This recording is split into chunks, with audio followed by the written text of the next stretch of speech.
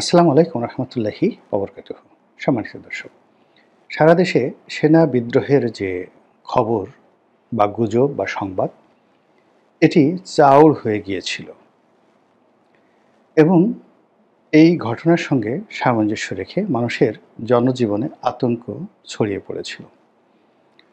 যে সময় এই ঘটনাটি ঘটে, আজ থেকে কয়েকদিন আগে, তখন যে বিকালে থেকে এই গুঞ্জন শুরু হলো, সেই দিন থেকে রাত অবধি দেশের যানবাহন চলাচল সীমিত হয়ে পড়েছিল এবং এই ঘটনা সত্য মিথ্যা বা যাই হোক না কেন, কিন্তু এটা জনজীবনে এতটা প্রভাব বিস্তার করেছিল, যার কারণে সরকার প্রেস রিলিজ দিয়ে তারা বাংলাদেশে যে গণ অভ্যুত্থান হয়নি এই কথাটা বলতে বাধ্য হয়েছেন। বাংলাদেশে যে সেনা অভ্যুত্থান হয়নি এটা তারা বলার চেষ্টা করেছেন।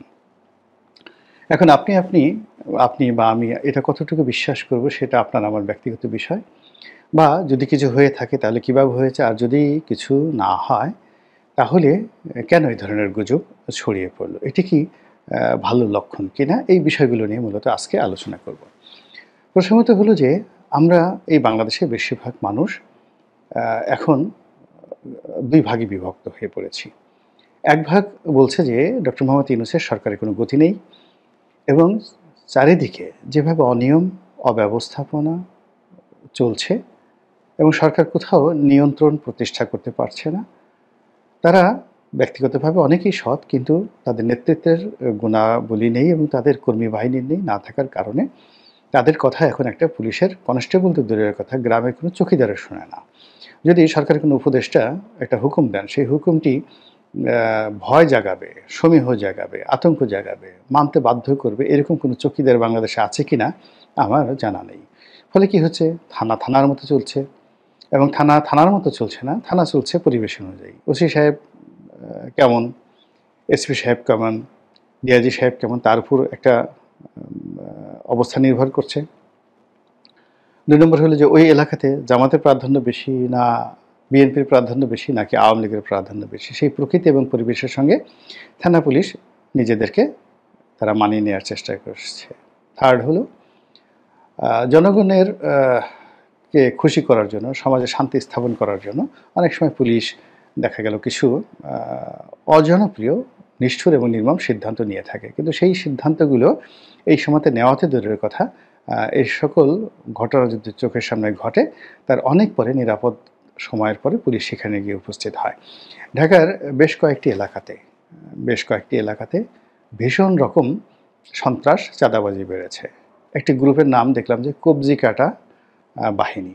তারা অনেক মানুষের হাতের কবজি কেটে তারপরে সেগুলো পাতিলে ভরে রাখে এবং সেই দৃশ্যগুলো তারা আবার করে কি ভিডিও করে টিকটকের মাধ্যমে তারা প্রচার করে এবং নিজেদের চাপাতি বা রামদা তারা শো করে তারা ভিডিও বানায় এবং প্রতিপক্ষকে ভয় দেখার জন্য তারা নিজেদের বাহিনী, গ্যাং বাহিনী তারা নাম দিয়েছে এবং সেই গ্যাং বাহিনীর যে প্রধান, তিনি নিজেকে বাদশাহ অর্থাৎ কিং হিসেবে ঘোষণা করে পুরো এলাকাতে তাণ্ডব চালাচ্ছেন এবং এই ধরনের ভিডিও আবার দেশের মূলধারার জনপ্রিয় গণমাধ্যম প্রচার করছে এবং সে সকল গণমাধ্যমের ইউটিউবের যে চ্যানেলে রয়েছে সেখানে কোটি কোটি মানুষ এ সকল দৃশ্য দেখছে, কিন্তু র্যাব, পুলিশ, সেনাবাহিনী নির্বিকার, একেবারে নির্বিকার।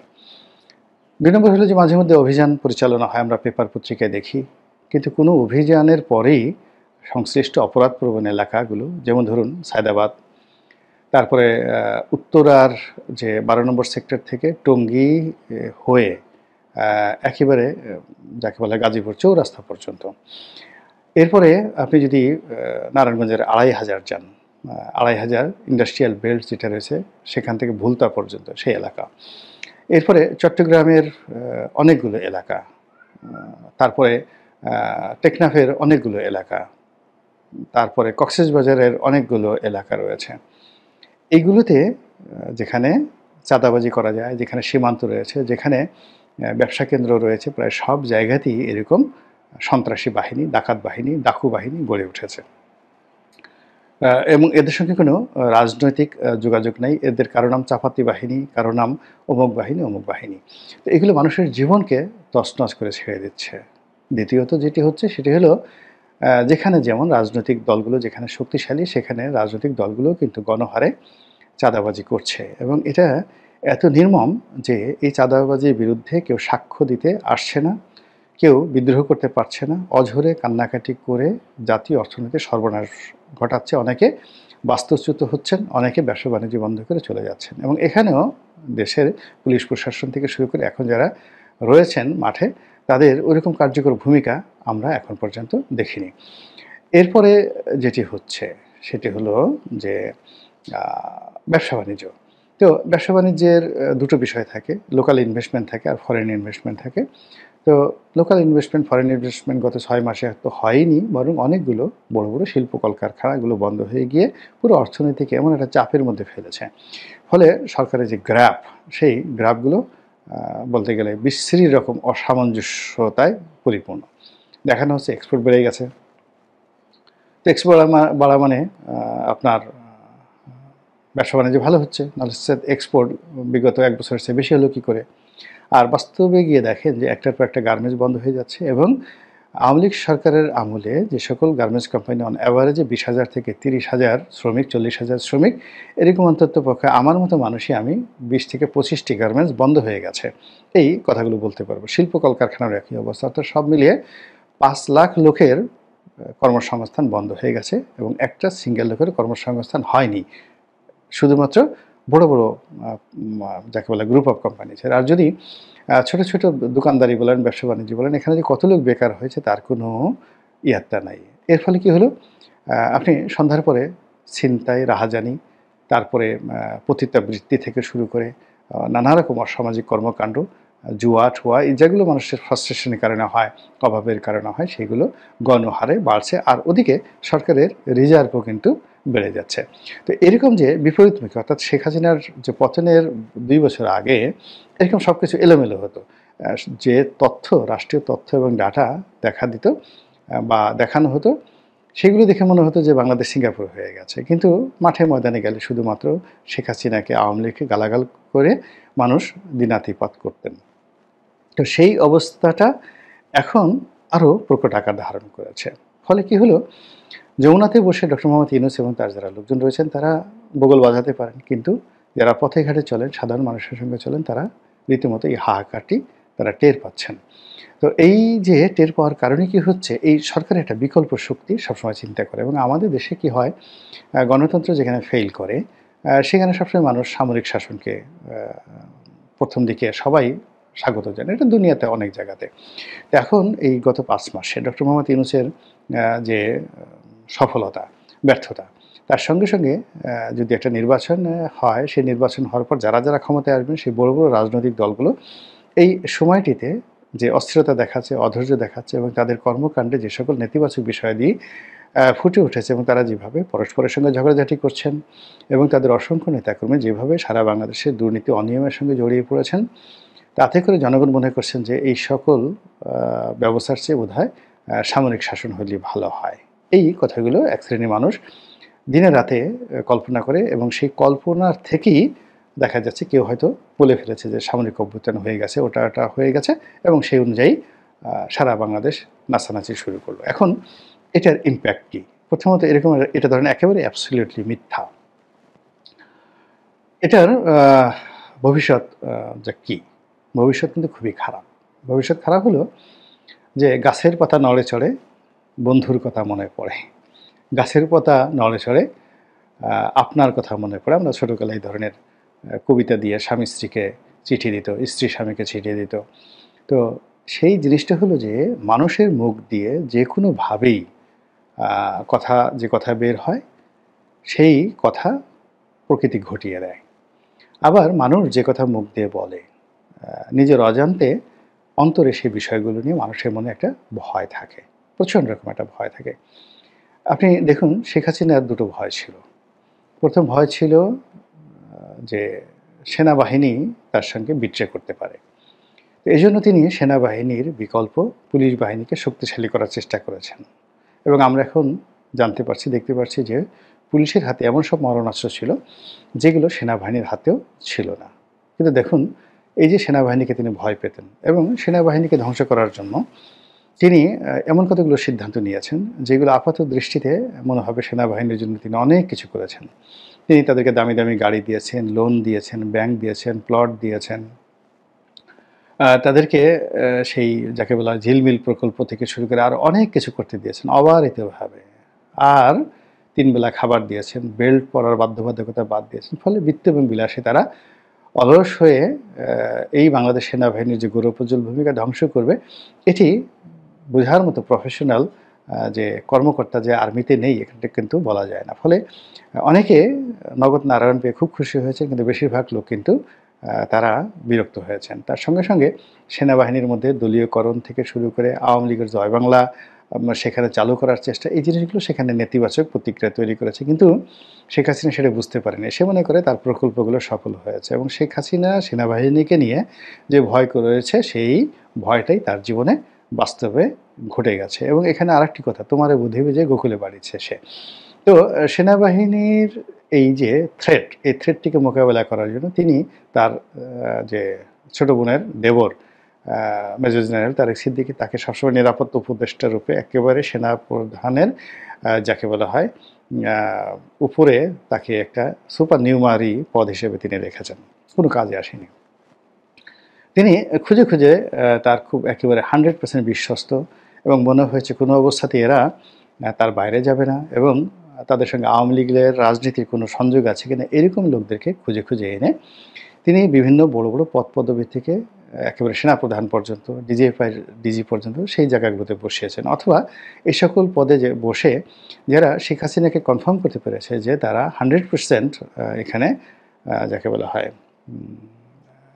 আওয়ামী লীগের পক্ষে কাজ করবে, তাদেরকে তিনি বড় বড় পদ দিয়েছেন, পদবি দিয়েছেন এবং প্রমোশন দিয়েছেন। তো সেই অর্থে জেনারেল ওয়াকারুজ্জামান তার নিকটাত্মীয়, তিনি যথেষ্ট যোগ্যতা সম্পন্ন সেনাপ্রধান, সেনাপতি এবং তার শ্বশুর জেনারেল মুস্তাফিজুর রহমানও কিন্তু মিলিটারি ইতিহাসে অত্যন্ত যোগ্যতা সম্পন্ন ছিলেন।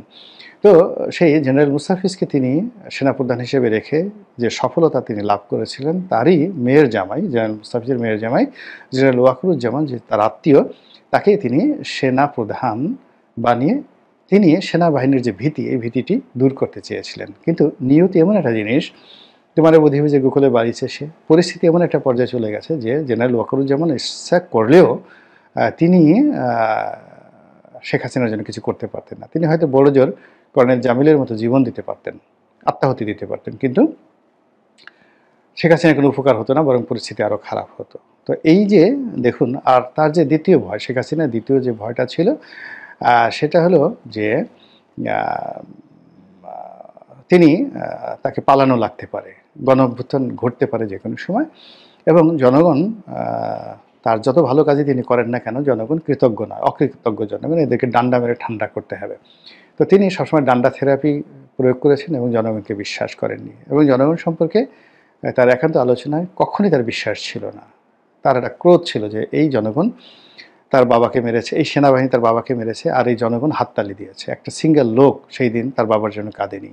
তো এই ক্রোধ তার জনগণের উপর ছিল এবং জনগণের সেই যে অবিশ্বাস, সেই অবিশ্বাস থেকে তিনি বলেছেন পালাবো না, এটা করবো না, বাংলাদেশে এমন কোনো মায়ের পুত নেই, বাপের পুত নেই, ইত্যাদি নানা রকম হুমকি দামকি। কিন্তু শেষ পর্যন্ত দেখুন, তার কিন্তু সেই জনগণের যে বিদ্রোহ, বিপ্লবে তার ক্ষমতা চলে গিয়েছে এবং যে ভয় আতঙ্ক তার মধ্যে ছিল সেনাবাহিনীর সম্পর্কে, সেটাই ঘটেছে। আর সবার শেষে নিয়তি তার সঙ্গে খেলে দিয়েছে। তিনি আতঙ্ক অনুভব করেছিলেন যে তার অবর্তমানে বাংলাদেশে যদি কেউ ক্ষমতার কেন্দ্রে বসতে পারে, সে একমাত্র লোক হলো ডক্টর মোহাম্মদ ইউনূস, আর রাজনৈতিক শক্তি হলো বেগম খালেদা জিয়া। তিনি বেগম খালেদা জিয়াকে শেষ করে দেওয়ার জন্য সর্বোচ্চ চেষ্টা করেছেন এবং এখন মানে তাকে জাস্ট জীবনে মারা ছাড়া তাকে ছলে বলে কৌশলে সব মিলিয়ে এমনভাবে করে দিয়েছেন, জাস্ট একটা বেডশোর, মানে বিছানায় শুয়ে থাকা ছাড়া যেন তার আর কোনো গতি না থাকে। তিনি সেই কাজটি করেছেন। আর ডক্টর মোহাম্মদ ইউনূসকে শুধুমাত্র গলা টিপে মারা ছাড়া বাকি সব কিছু করেছেন। কিন্তু দেখেন নিয়তি তার সঙ্গে কিভাবে খেলে দিয়েছে। এই দুজনের যে বর্তমান অবস্থা এটা দেখলেই বুঝতে পারবেন। তো একইভাবে বর্তমান এই সরকারের সময় যে সকল গুজব হচ্ছে, অর্থাৎ আরেকটি তত্ত্বাবধায়ক সরকারের গুজব হচ্ছে, একটা সেনা বিদ্রোহের গুজব হচ্ছে বা সেনাবাহিনী ক্ষমতা নেবে, এই ইউনূস ক্ষমতায় থাকবে না। এই যে মানুষের মুখে যে কথাগুলো, এগুলো কিন্তু ১ম এ হৃদয়ের মধ্যে আসে এই আকুতিগুলো। এবং হৃদয়ের মধ্যে সেই আকুতিগুলো ঘুরপাক খায় এবং একটা সময় মুখ থেকে বের হয়ে যায় এবং মুখ থেকে বের হতে যখন এগুলো খুব পপুলার হয়ে যায়, ইউজুয়াল হয়ে যায়, তখনই কিন্তু প্রকৃতি এই জিনিসগুলো খেলে দেয়।